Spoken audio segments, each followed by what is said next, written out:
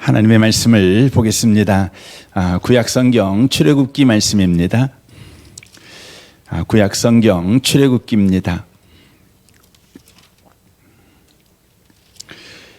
26장 말씀입니다. 122면에가 있습니다. 출애굽기 26장입니다.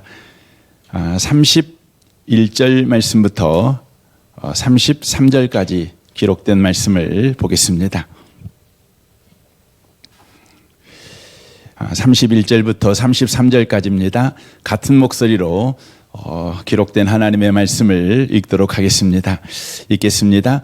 너는 청색, 자색, 홍색 실과 가는 게 꼰 배실로 짜서 휘장을 만들고 그 위에 그룹들을 정교하게 수놓아서 금 갈고리를 네 기둥 위에 늘어뜨리되 그 네 기둥을 조각목으로 만들고 금으로 싸서 내 근 은받침 위에 둘지며 그 휘장을 갈고리 아래로 늘어뜨린 후에 증거궤를 그 휘장 안에 들여놓으라.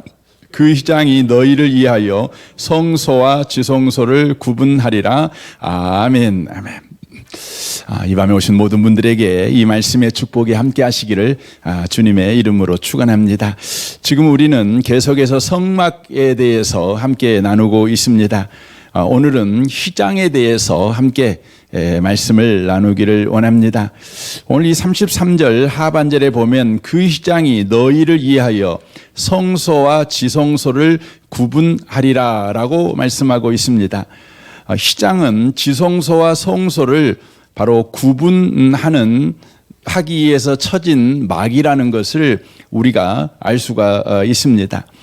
더 나아가 6절 하반절에 보면 성막문을 위하여 휘장을 만들고 이렇게 되어져 있습니다. 그러니까 성막문에도 휘장을 두게 했습니다. 성소는 이렇게 크게 세 영역으로 나눠져 있습니다. 하나는 성소뜰, 그리고 성소, 그리고 지성소 이렇게 나누어져 있는데 지금 휘장을 두 개를 만들어 가지고 지성소와 성소 사이에 바로 막으로 하나를 두게 하고, 또 하나는 성소 뜰과 성소 사이에 성문 막으로 바로 휘장을 두게 하고 있는 것을 보게 되어집니다. 탈무드에 의하면 이 휘장의 길이와 폭이 기록이 되어 있는데, 길이는 약 18m, 폭은 8m 정도 되고 두께는 한 뼘쯤 되는 바로 크기라는 것이죠. 그러니까 휘장 두께 자체가 한 뼘이니까 보통 사람 손으로 봐도 약 20cm가 넘겠죠.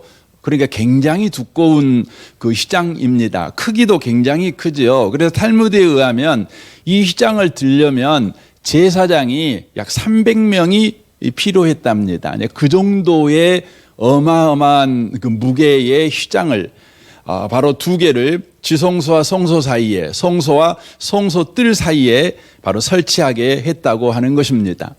그런데 이 휘장이라는 이 단어가 원래 어떤 단어냐면 하늘 궁정과 바로 땅의 궁창을 구분하는 벽이라는 뜻을 가지고 있습니다. 하늘의 궁창과 땅의 궁창을 바로 구분하는 벽이라는 의미가 이 휘장이라는 의미입니다. 그러므로 하나님 나라와 이 땅을 바로 구분하는 벽, 이것이 휘장이라는 것이죠. 인격적으로 말씀드리면 거룩하신 하나님과 죄인된 인간 사이를 가로막고 있는 벽, 막, 이것을 가르쳐 휘장이다, 이렇게 말씀을 드릴 수가 있는 것입니다. 지성소는 하나님이 임재하시는 장소로 매우 거룩한 곳이죠. 그래서 죄인이 지성소에 들어간다면 그 영광에 의하여 압도됩니다. 그래서 죽을 수밖에 없게 되어져 있습니다. 그러므로 지성소는 아무나 들어갈 수가 없는 것이죠. 그러므로 하나님께서 죄인된 인간을 사랑하셔서 그들에게 하나님께서 은혜를 베풀어 주신 것이 뭐냐면 휘장이라는 것입니다. 우리는 하나님을 만나고 싶습니다. 그런데 우리는 하나님을 만나는 자격과 조건을 갖고 있지 못합니다. 거룩하신 하나님을 죄인이 만났다가는 그냥 죽는 겁니다. 그래서 우리 하나님께서 인생을 죽지 않도록 은혜를 베풀어 주신 것이 바로 희장이다. 이렇게 말씀을 드릴 수가 있습니다. 하나님과 우리 사이에 죄가 바로 하나님을 바로 만나게 못하게 한다는 것이죠. 그래서 로마서 3장 23절 이렇게 말씀하죠. 모든 사람이 죄를 범하였음에 하나님의 영광에 이르지 못하더니 라고 말하고 있습니다. 이사야 59장 1절에 보면 여호와의 손이 짧아 구원하지 못하심도 아니요 귀가 둔하여 듣지 못하심도 아니라 오직 너희 죄악이 너희와 너희 하나님 사이를 갈라 놓았고 너희 죄가 그의 얼굴을 가리어서 너희에게서 듣지 않으시게 함이니라 라고 말씀합니다. 11절에 보면 우리가 곰같이 부르짖으며 비둘기같이 슬피 울며 정의를 바라나 없고 구원을 바라나 우리에게서 멀도다. 이는 우리의 허물이 주 앞에 심히 많으며 우리의 죄가 우리를 쳐서 증언하오니 이는 우리의 허물이 우리와 함께 있음이라 우리의 죄악을 우리가 아니이다. 우리가 여호와를 배반하고 속였으며 우리 하나님을 따르는 데에서 돌이켜 포악과 폐역을 말하며 거짓말을 마음에 잉태하여 나으니 정의가 뒤로 물리침이 되고 공의가 멀리 섰으며 성실이 거리에 엎드려지고 정직이 나타나지 못하는 도다라고 말씀하고 있습니다. 죄인된 인간은 하나님을 바로 만날 수 없습니다. 바로 만나지 못하도록 희장을 주셔서 우리 하나님께서 죄인에게 죽지 않을 기회를 바로 주고 있다고 하는 것입니다. 이것 또한 은혜입니다. 죄인이 하나님을 만나지 못하게 하나님께서 친히 희장을 주심 또한 은혜임을 저와 여러분이 기억하셔야 된다는 것입니다.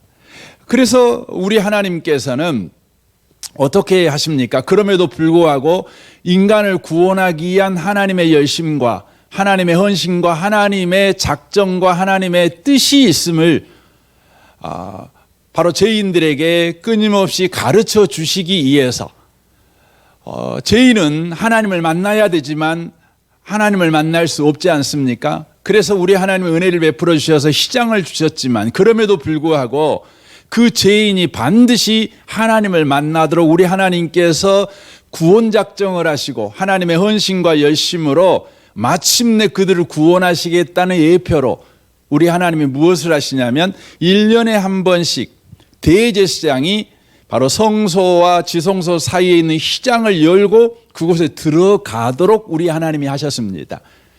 그러니까 대제사장이 이 휘장을 열고 지성소로 들어가게 하시면 하나님께서 죄인된 인간에게 바로 구원하시겠다.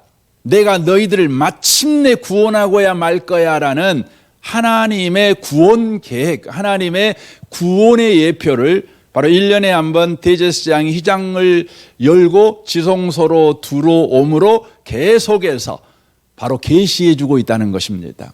그래서 이스라엘 백성들은 예수님이 오시기 전까지 대제사장이 휘장을 열고 지성소로 들어가는 것을 보면서 우리를 구원하신 하나님, 바로 우리를 위해서 구원자를 보내주실 그 하나님을 믿으며 여전히 소망 가운데 그들이 살아갔을 때 바로 오실 예수님으로 인하여 그들이 구원에 참여하는 복을 바로 누리게 된다고 하는 것입니다.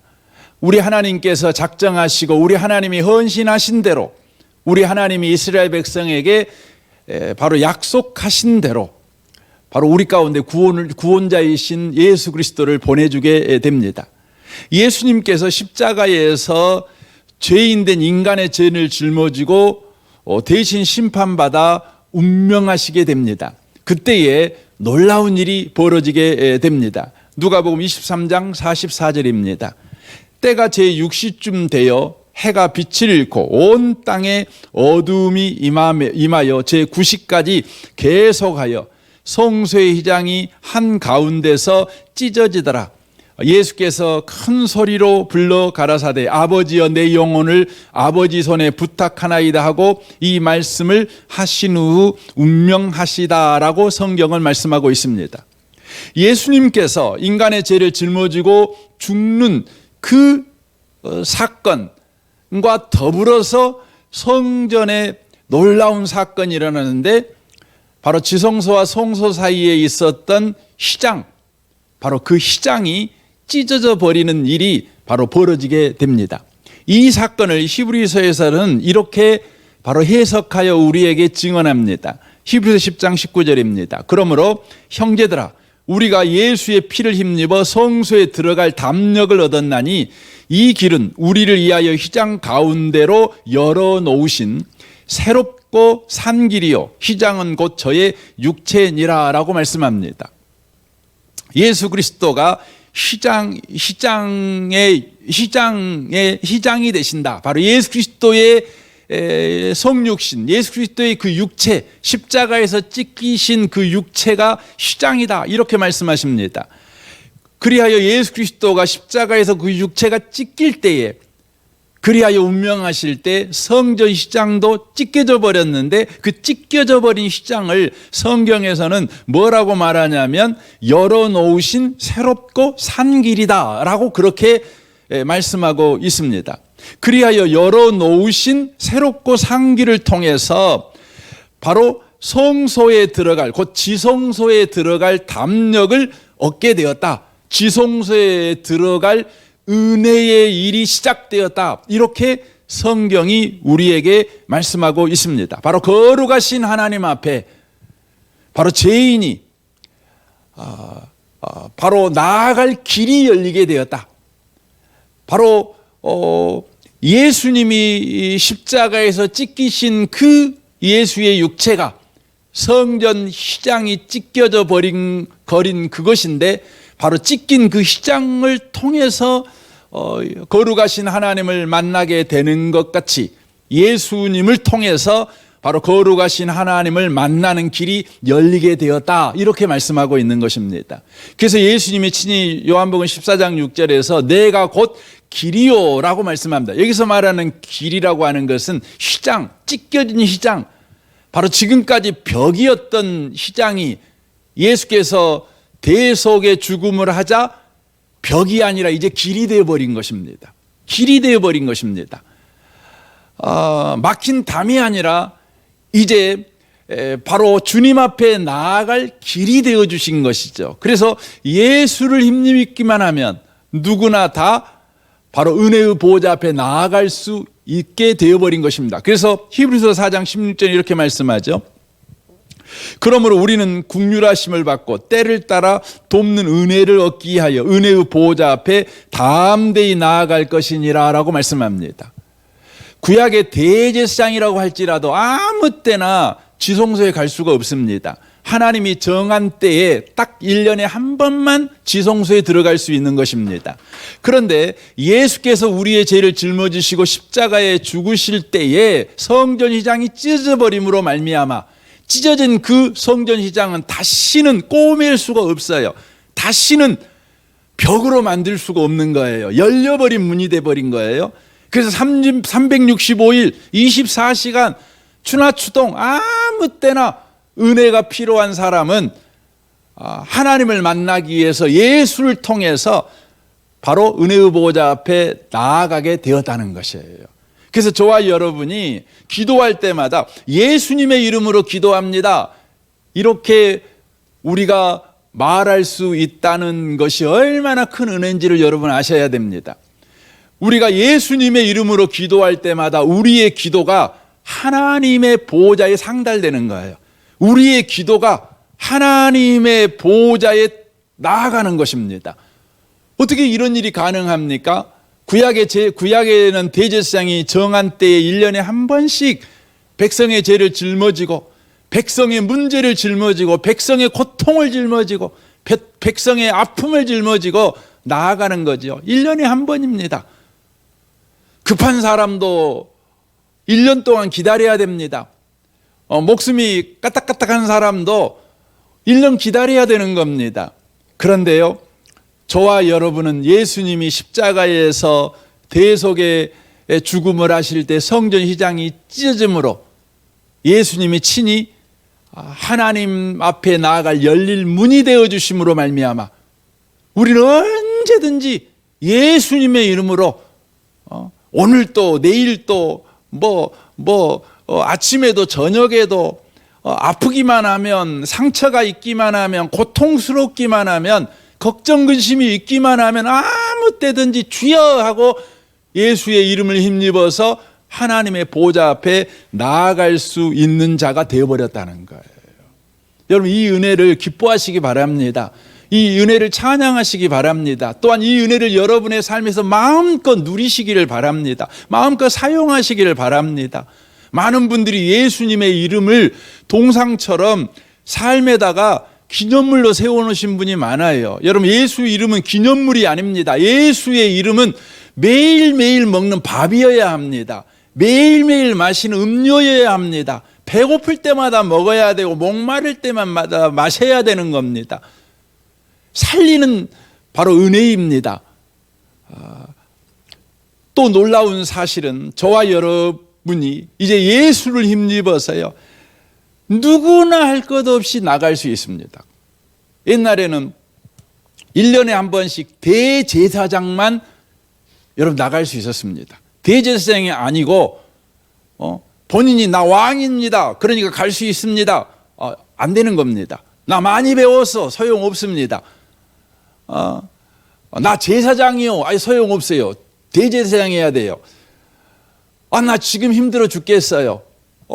나 지금 은혜가 필요한 사람입니다. 그러니까 나 가야 되겠습니다. 소용없어요. 오직 대제사장해야만 했어요. 그런데 예수께서 십자가에 죽으심으로 성전 휘장이 찢어져 열린 문이 돼버리자 이제는 차별이 없어요. 차별이. 남녀노소 빈부 기천 할 것 없이 누구나 다 은혜의 보좌 앞에 나아가 버릴 수 있는 은혜가 여러분 주어진 것입니다. 그래서 골로새서 3장 11절 현대인의 성경으로 읽겠습니다. 여기에는 그리스 사람이나 유대인이나 할례를 받은 사람이나 할례를 받지 않은 사람이나 야만인이나 미개인이나 종이나 자유인이나 차별이 없습니다. 그리스도는 모든 것 그 자체이며 모든 것 안에 계십니다 라고 말씀합니다. 이 밤에 오신 복 있는 성도 여러분, 여러분이 예수를 힘입기만 하면 하나님을 만나지 못할 이유가 없습니다. 여러분이 동양 사람이고 여러분이 전라도 사람이고 여러분이 나이가 어떠하든 그것이 장애가 될 수는 없다는 것입니다. 나 성경 공부 많이 못했는데요, 그게 장애가 될 수는 없습니다. 아니, 나 오늘 새벽 예배 안 했는데요, 그것도 장애가 될 수는 없습니다. 지금 저와 여러분이 예수를 힘입기만 하면 지금 하나님 앞에 나아갈 수 있으며 하나님을 만나는 자가 될 수 있다는 것입니다. 얼마나 놀라운 일입니까? 여러분, 그러므로 여러분이 누구인가를 평가하고 싶으면 홀로 여러분을 독단적으로 여러분을 생각하지 말고 예수 안에 있는 여러분을 늘 생각하시기를 바랍니다. 예수 안에 있는 여러분은 하나님을 만날 수 있는 사람입니다. 어떤 형편에 있든지 어떤 처지에 있든지 어떤 학력을 가졌든지 어떤 재산 정도를 가지고 있든지 어떤 지적 능력을 가지고 있든지 더 나아가 여러분의 성질머리가 어떠한 성질머리를 갖고 있든지 상관이 없다는 것입니다. 더 나아가서 예수께서 십자가에 죽으실 때 성전 휘장이 찢어져 예수가 친히 하나님께 나아갈 열문이 되었다는 것은 어떤 의미냐면 모든 사람에게 은혜를 받을 수 있는 균등한 기회가 주어졌다는 걸 말하는 것입니다. 모든 사람에게 은혜의 기회가 균등하게 주어졌다는 거예요. 이게 참 놀랍죠. 여러분, 성공하려면요, 서점에 가서 자기계발서 한번 읽어보세요. 그러면요, 굉장한 자격을 가져야 돼요.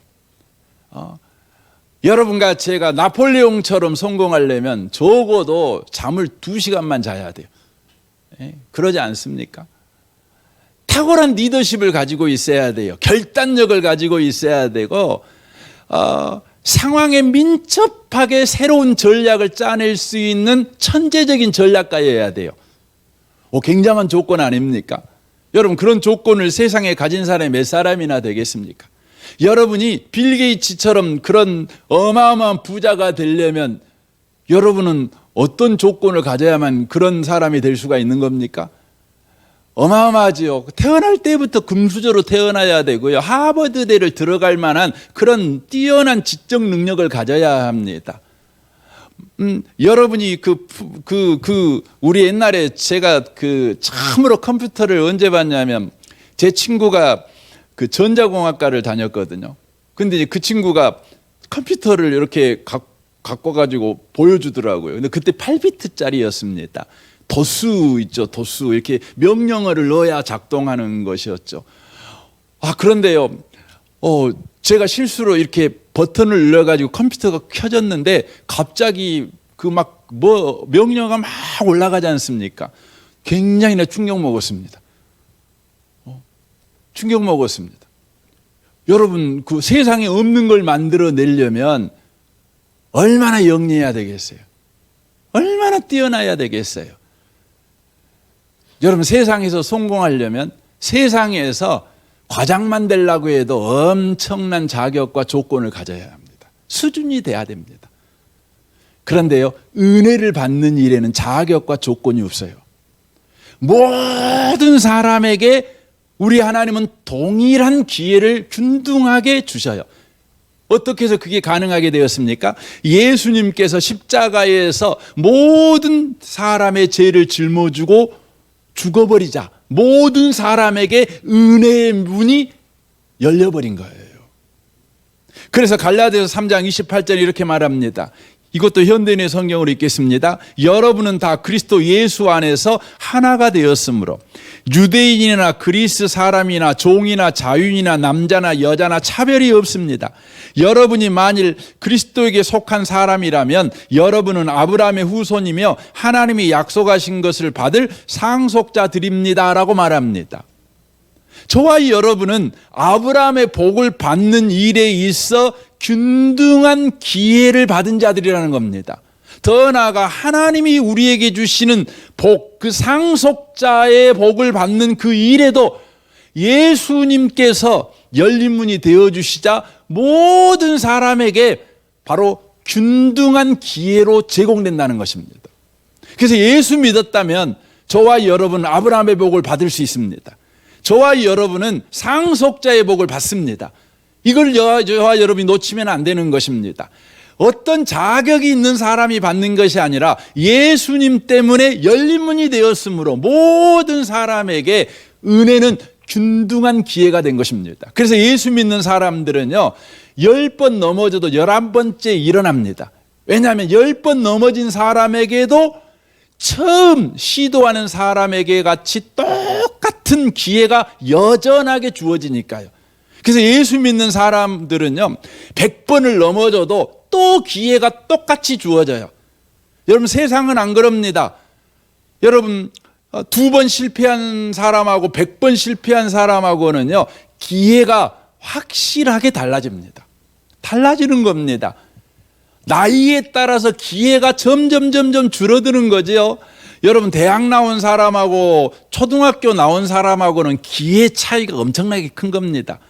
여러분, 돈이라는 건 우리에게 더 많은 기회를 주는 것 아니겠습니까?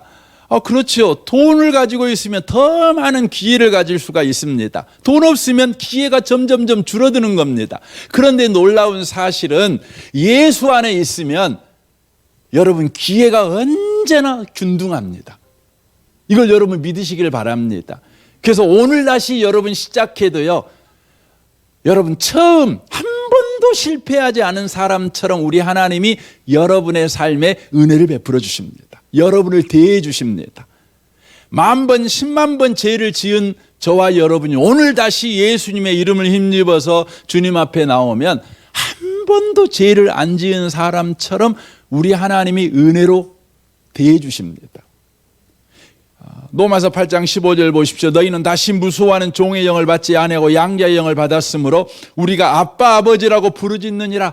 뭡니까? 예수께서 십자가에 죽으셔서 성전휘장이 찢어지자 하나님과 우리 사이가 영원한 그 기회가 동일한, 은혜가 동일한 기회가 주어진 이유는 하나님과 우리 사이의 관계가 변화되어 버렸기 때문에 그렇습니다.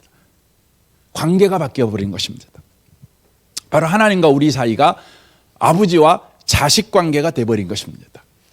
저는 신앙생활을 저와 여러분이 해갈 때 하나님은 나의 아버지시고 나는 그분의 자녀라고 하는 이 사실을 저와 여러분이 확실하게 깨닫고 신앙생활을 저와 여러분이 매번 해갈 수 있다면 우리의 삶은 저와 여러분이 상상하는 것보다 비교가 되지 않는 은혜에 참여하는 삶을 지속해서 살아갈 수 있을 것입니다. 사실 우리가 신앙생활을 오래 해도요, 하나님이 우리 아버지라는 사실을 알고 있음에도 불구하고 그것이 저와 여러분의 삶의 주축을 흔들 만큼 강력한 은혜로 내 삶을 강타하는 경우는 많지 않습니다. 그냥 하나님의 아버지예요. 별로 감동이 없어요. 왜냐하면 우리 육신의 아버지가 우리에게 있었고 우리는 그분의 자녀였지만 삶이 그것 때문에 더 힘들기만 했지 그것이 우리에게 힘이 되지 못할 때가 많았거든요. 그래서 육신의 아버지와의 관계 때문에 영의 아버지, 우리 하나님 아버지와의 관계의 그 풍성함을 생각을 못합니다. 놓쳐버리는 것입니다. 그래서 저와 여러분은 하나님 아버지와의 관계를 이해하려면 끊임없이 뭘 봐야 되냐면 예수님하고 하나님과의 관계가 어떠했는지를 계속 보셔야 돼요. 계속 보셔야 돼요.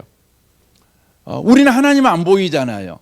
그런데요, 예수님께서 하나님을 아버지로서 하나님과 관계를 했다고요. 그때 예수님께서 어떤 인생을 사셨는가, 어떠한 삶의 내용과 방식을 가지고 계시는가를 우리가 알게 됩니다. 그때 저와 여러분들이 하나님을 아버지라고 섬기면 이런 인생의 방법과 내용을 가지고 살게 되는구나, 이걸 저와 여러분이 이해하게 됩니다. 계속해서 보십시오. 성령이 친히 우리 영과 더불어 우리가 하나님의 자녀인 걸 증언하시나니 자녀이면 또한 상속자고 하나님의 상속자요 그리스도와 함께한 상속자니 우리가 그와 함께 영광을 받기 위하여 고난도 함께 받아야 할 것이니라 라고 말씀하고 있습니다. 하나님이 관계가 바뀌어져 버린 것입니다. 관계가. 그러니까 하나님이 아버지고 나는 그의 자녀가 되었다는 이 관계가 매번 우리에게 은혜의 기회가 주어집니다. 은혜의 기회가 주어집니다. 은혜를 받을 기회를 우리가 갖게 되는 것입니다. 그래서 마태복음 1장에 보면 예수님의 족보가 나오죠. 거기에 보시면 살모는 나합에게서 보아스를 낳고 그렇게 됩니다. 나합이 누굽니까? 나합은 가나안 여인입니다. 여리고 사람 아닙니까? 여리고가 다 망해버렸을 때에 죽지 않았던 한 가정이 있는데 바로 나합의 가정입니다. 그는 바로 가나안 여자였습니다. 계속해서 보십시오. 보아스는 누덱에서 오벳을 낳고 그랬습니다. 이 오벳이 룻이 누굽니까? 여러분, 룻은 나오미의 며느리 아닙니까? 그런데 이 룻은 바로 모압 여인입니다. 모압 이방 여자입니다. 그럼에도 불구하고 이 여자들이 예수님의 족보, 결국은 이분들을 통해서 다윗이 나왔고 그리고 예수 그리스도의 세계가 펼쳐지게 되지요.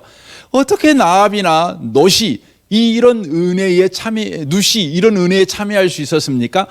그건요, 바로 예수 그리스도로 인하여서 바로 예수 그리스도 안에 들어간 자들에게 은혜가 균등하게 주어졌기 때문에 그렇습니다.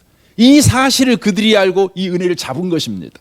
내가 비록 가나안 여인이지만, 내가 비록 모함 여자이지만, 유대인들 입장에서는 지옥의 불쏘시개에 불과한 그런 버림받은 짐승 취급하는 그런 이방 여인임에도 불구하고 하나님은 예수님 때문에 나를 유대인들이 취급하는 것으로 취급하지 않아. 하나님은 나의 아버지셔. 그러므로 나는 예수님 때문에 내 앞에 은혜라는 기회가 균등하게 주어진 자야. 이걸 안 겁니다. 그래서 기회를 잡은 것입니다. 우리는 이 은혜를 놓치지 않는 삶을 살아가셔야 합니다. 휘장이 찢었다. 이건 예수 안에 있는 사람에게는 언제나 은혜의 기회가 주어졌다. 이걸 말하는 것입니다. 문이 열려 있어요. 닫혀버리면 기회가 없는 거지요. 근데 열린 문인 거예요. 기회가 항상 주어진 것입니다. 역대상 4장 9절에 보면 우리 잘 아는 사람이 나오지요. 야베스가 나옵니다. 그의 형제보다 귀중한 자라. 그의 어머니가 이름하여 이르되 야베스라 했으니 이는 내가 수고로이 낳았다 함이었더라. 한국말로 말하면 고통이, 이런 말이죠. 고통이가 야베스입니다. 근데 이 야베스가 이스라엘 하나님께 아뢰어 이르되 주께서 내게 복을 주시려거든 나의 지역을 넓히시고 주의 손으로 나를 도우사 나로 환난을 벗어나 내게 근심이 없게 하옵소서 하였더니 라고 합니다. 그랬더니 하나님이 그가 구하는 걸 허락하셨더라라고 말씀합니다. 여기 문장을 보시면 문장이 군더더기가 없어요. 뭔 조건을 거기에 삽입했거나 어떤 그 인간의 열심과 노력을 거기에 가미한 게 아니에요. 여러분, 야베스는 기도했고 하나님은 응답했어요. 이런 단순한 문장으로 구성되어 있는 거예요. 뭐 야베스가 철야를 했네, 금식을 했네, 이런 이야기가 없어요. 그냥 야베스는 기도했고 하나님은 응답했어요. 이게 무엇을 의미하고 있습니까? 야베스는 예수님 때문에 자기 인생이 은혜에 대하여 균등한 기회를 가지고 있는 자라는 걸 알았어요. 내가 고통스럽게 났지만, 내 처지가 지금 고통스럽지만 내 처지와 내 상황이 내게 은혜의 기회를 가감하진 않는다는 거예요. 예수님 안에 있다면 언제나 은혜는 내게 열린 문이라는 거예요. 그래서 하나님 앞에 기도한 것입니다.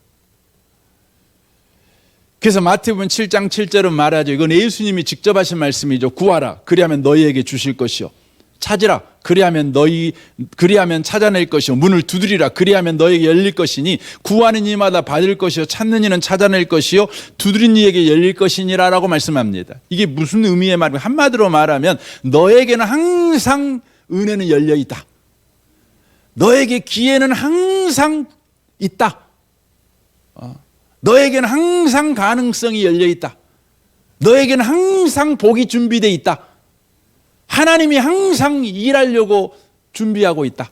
복 주려고 지금 준비하고 있다. 항상 그렇다. 이 말씀을 하고 계신 것입니다. 이 밤에 이 예배에 참여한 모든 성도 여러분, 예수님이 십자가에 죽으셨습니다. 죽으실 때 놀라운 일이 일어났습니다. 휘장이 담이 아니라 이제 길이 되어 버렸습니다. 벽이 아니라 열린 문이 되어 버렸습니다. 항상 열려 있는 문이 되어 버렸습니다. 예수를 믿는 저와 여러분에게 예수는 열린 문입니다.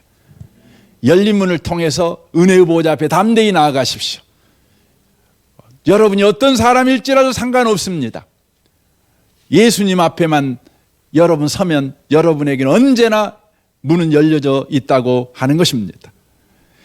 예수님이 죽으심으로 성전 휘장이 찢어졌다는 것은 하나님과 우리 사이가 이렇게 열린 문의 복을 받게 되었다는 걸 의미할 뿐만 아니라 또 다른 하나의 사건을 우리에게 가르쳐 줍니다. 그것은 바로 사람과 사람 사이에 화목의 사건이 가능하게 되었다, 이걸 말해주는 것입니다. 예수님이 십자가에 죽으심으로 죄인된 인간과 하나님 사이가 열린 문이 되어버렸죠. 언제든지 들어오고 나가고가 가능하죠. 들어오고 나가고가 가능한 겁니다. 들어가도 복받고 나가도 복받고 이렇게 된 것이죠. 이와 같이 이제 사람과 사람 사이, 섬세하게 말하면 죄인과 죄인 사이에도 화목한 일이 가능하게 되었다는 걸 말해주는 겁니다. 여러분, 의인하고 화목하기는 쉽잖아요. 그렇죠? 좋은 사람하고 좋은 사람은 서로 화목하기 좋잖아요. 그런데 죄인하고 죄인이 화목하기는 여러분 그 불가능한 것입니다. 왜냐하면 죄인이라는 말 그 자체가 자기중심이니까요. 여러분, 자기중심인 사람 두 사람이 모아놓으면 어떻게 됩니까?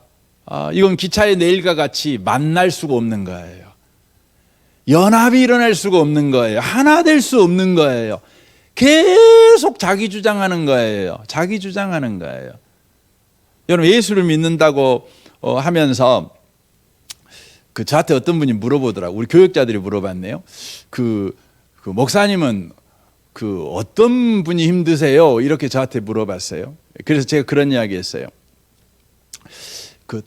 다른 의견을 이야기 안 하신 분들은 지혜로운 분이어서 참 환영한다고. 근데 주장하는 사람은 아니다고. 예. 여러분, 다른 의견을 말하는 건 지혜로운 겁니다. 좋은 겁니다. 그렇지. 얼마나 감사합니까? 생각 못한 걸 이야기해 주니까. 근데 그 생각을 주장해 버려요. 성경에는 리더자는 절대 주장하면 안 돼요. 주장하지 못하게 돼 있어요. 왜냐하면 역할이 있잖아요. 여러분, 우리 교회에서요, 다른 의견을 얼마든지 내셔야 합니다. 이게 아름다운 모습입니다. 그런데요, 최종 결정은 누가 하냐면 제가 하는 겁니다. 왜냐하면 제 역할이 그거니까. 담임 목사 역할이 최종 결정하는 겁니다. 그래서 여러분이 의견을 내갖고 제가 혹시 안 받아들이다고 해서 서운해하지는 마세요. 주장하지는 마세요. 왜냐하면 여러분이 다른 의견을 내는 건 여러분의 역할이지만 결정하는 건 제 역할이니까요.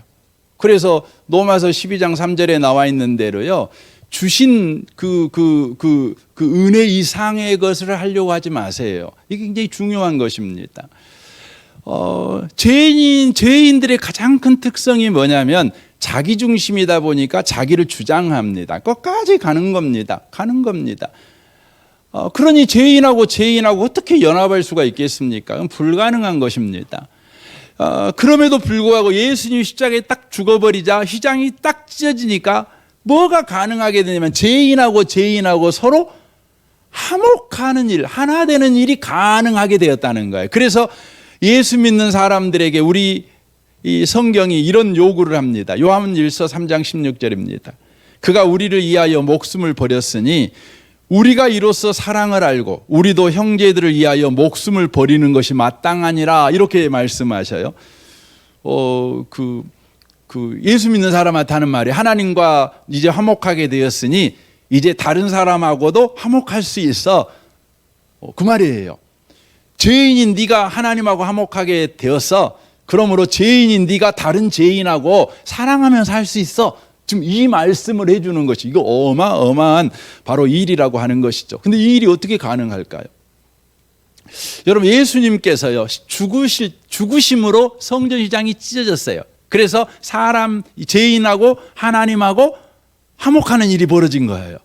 이와 마찬가지로 죄인과 죄인 사이가 화목하게 되려면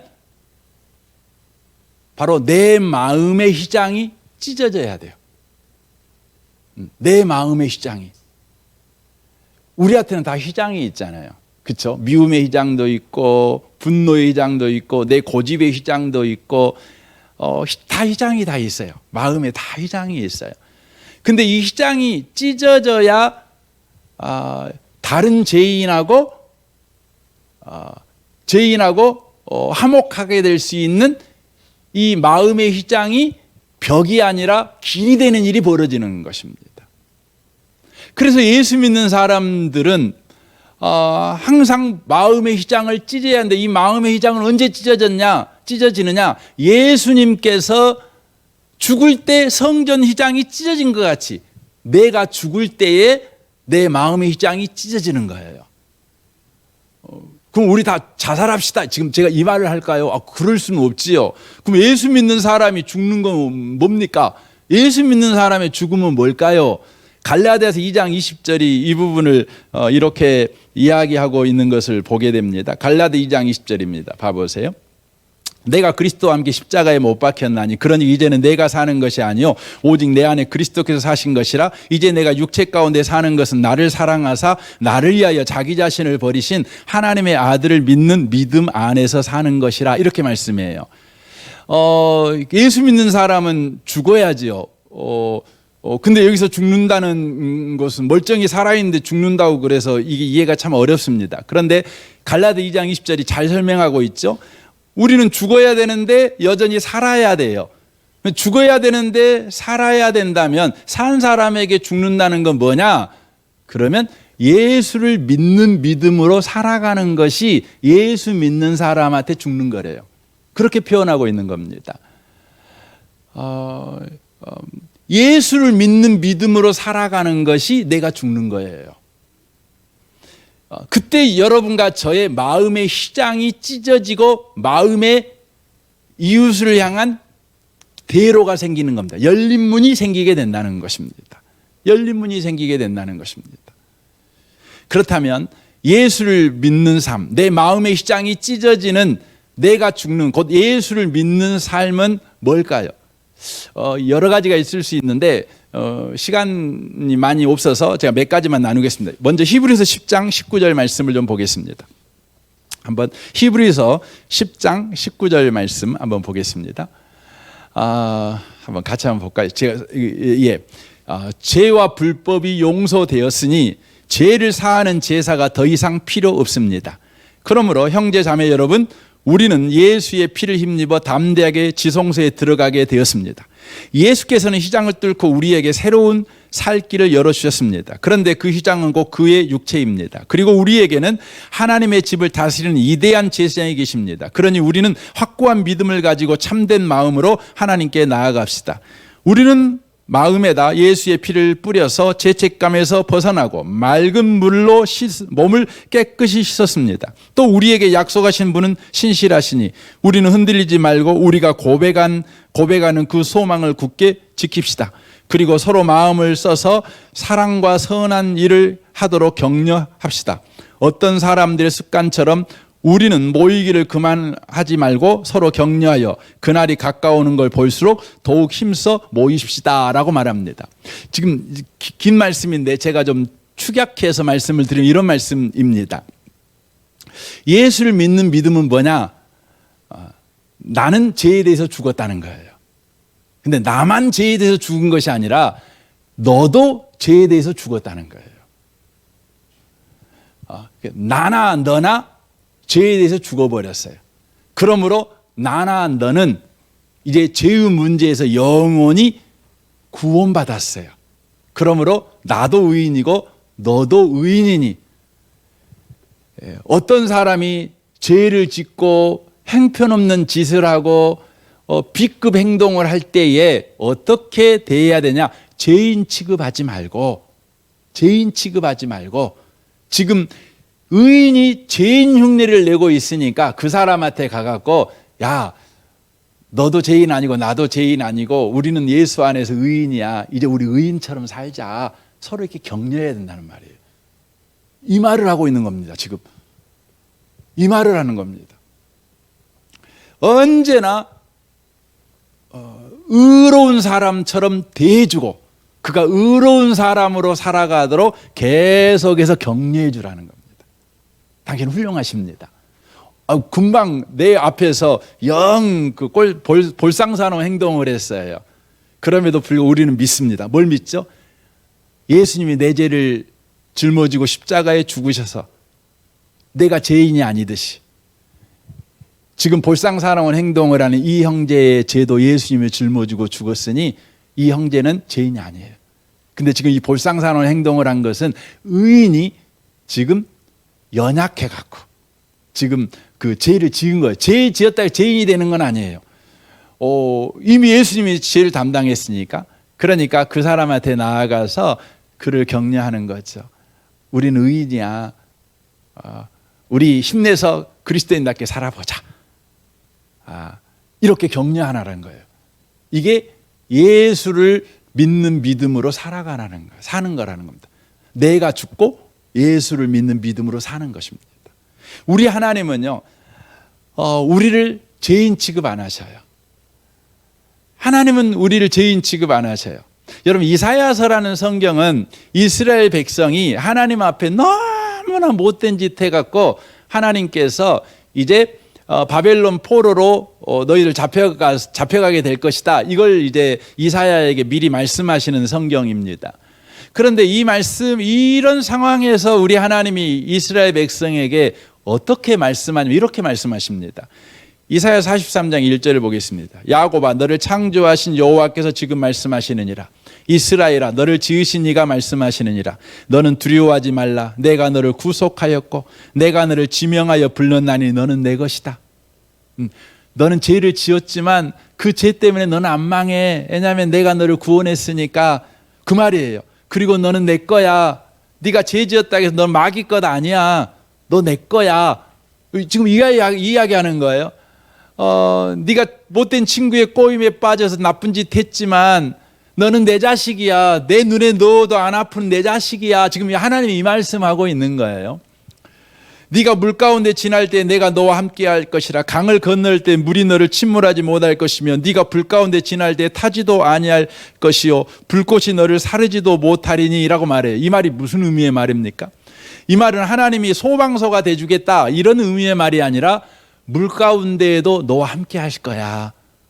불에 들어가도 내가 너와 함께 할 거야. 나는 너를 떠나지 않을 거야. 나는 너를 버리지 않을 거야. 나는 너와 언제나 함께 할 거야. 나는 너의 친구가 돼줄 거야.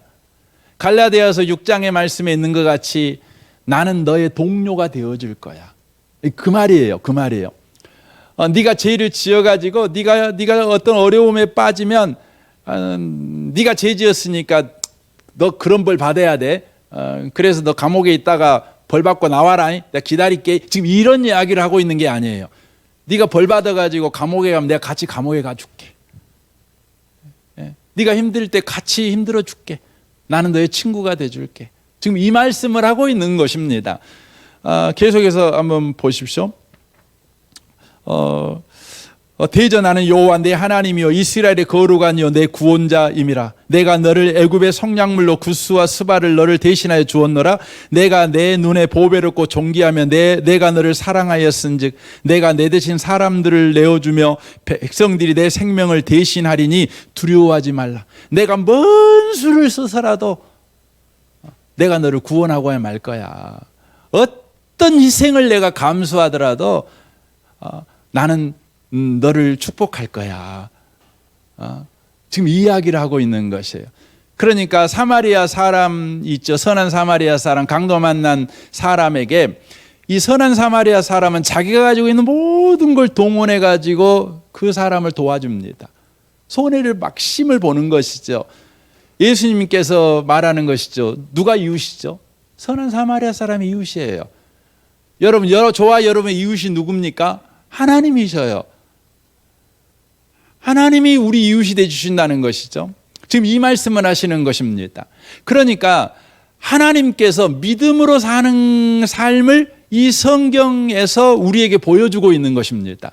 예수 믿는 사람이 이 정과 욕심은 죽어버리고 예수를 믿는 믿음으로 살아간다는 것이 무엇인지를 보여주고 있는 것입니다. 죄인에게 가가지고 악담을 하는 게 아니죠. 죄인에게 가가지고 저주를 퍼붓고 그를 고치기 위해서 야단치고 이렇게 하지 않고요. 내가 너의 동료가 되어줄게. 너는 훌륭한 사람이야. 너는 눈에 넣어도 안 아픈 사람이야. 너를 생각할 때마다 난 항상 가슴이 떨려. 나는 너를 생각할 때마다 너에게 부어질 복이 보여. 기대가 돼. 이렇게 지금 하나님께서 말씀하고 있다는 것입니다. 여러분, 우리의 마음의 벽이 무너지고 우리 마음에 이웃을 향하여서 복이 들어갈 수 있는 열린 문을 확보해야 돼요. 언제입니까? 바로 예수님을 믿는 거예요. 예수님 때문에 내가 의인되고 의인됐던 같이 이 사람도 의인이다. 내 죄를 예수님이 담당하신 것 같이 이 사람의 죄도 예수님이 담당하셨어.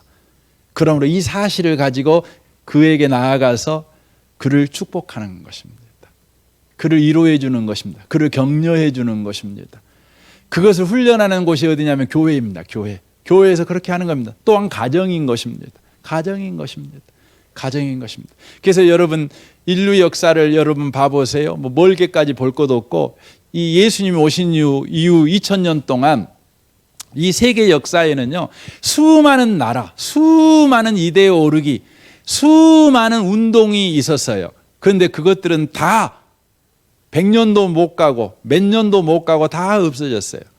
하지만 지금까지 이 2000년 인류 역사에 지금까지 영향력을 여전히 끼치는 집단이 있어요. 그게 뭔지 아세요? 그게 교회입니다. 교회. 교회가 특별히 잘나서요? 아니에요. 믿음으로 살아서 그래요. 믿음이라고 하는 건 예수님 안에서 보는 거예요. 예수님 안에서. 저는 우리 교회가 그런 교회가 되기를 원하고, 여러분 가정이 그런 가정 꼭 됐으면 좋겠어요. 그 사람의 행동으로 그 사람을 보지 말고 예수님이 하신 일로 그 사람을 보세요. 꼭 보세요. 그 사람이 못된 짓 했습니까? 그러면 그걸로 보지 마세요. 그 못된 짓 때문에 예수님이 십자가에 죽어주셨어요. 죽어주셨어요. 예수님이 죽어주셨대요. 예수님이 양손에 못이 박혔대요. 그리고 예수님이 그를 구원하셨대요. 그래서 우리는 예수님이 하신 일을 그에게 말해주는 겁니다. 이게 전도지요. 그래서 예수 믿는 사람들에게도 전도가 필요하죠.